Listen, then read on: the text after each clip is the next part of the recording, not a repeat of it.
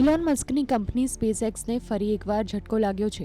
ગુરુવારે સ્પેસએક્સે સ્ટારશિપ rocket launch કર્યાની ગણતરીની મિનિટોમાં જ તેની સાથેનો સંપર્ક કપાયો હતો. ત્યાર પછી રોકેટ હવામાં જ ફાટી ગયું અને તેનો કાટમાળ નીચે પડવા લાગ્યો. સ્પેસએક્સ દ્વારા આ મિશનનું લાઈવ સ્ટ્રીમિંગ કરવામાં આવ્યું હતું, જેમાં જોઈ શકાય છે કે એન્જિન કટ ઓફ થયા બાદ સ્પેસશિપના ટુકડા દક્ષિણ ફ્લોરિડા અને બહામાસના આકાશમાં આગની રેખાઓની જેમ જોવા મળ્યા હતા. તો સોશિયલ મીડિયા પર પણ વિડીયો વાયરલ થયો છે, જેમાં સળગતા પદાર્થો દરિયા તરફ ધસતા દેખાય છે.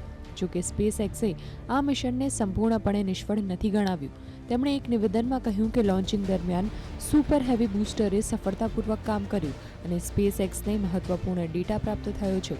ઉલ્લેખનીય છે કે લગભગ 2 મહિનામાં સ્પેસએક્સને આ બીજી નિષ્ફળતા પ્રાપ્ત થઈ છે. અગાઉ જાન્યુઆરીમાં પણ કંપનીનું રોકેટ લોન્ચ નિષ્ફળ રહ્યું હતું અને સળગતા રોકેટનો કાટમાળ ટગ્સ અને કેકોસાના દ્વીપ પર પડ્યો હતો. આ મિશનનું લક્ષ્ય અંતરિક્ષમાં કેટલાક નકલી સેટેલાઇટ્સ છોડવાનું અને પછી તેને સુરક્ષિત રૂપે પૃથ્વી પર પાછા લાવવાનું હતું.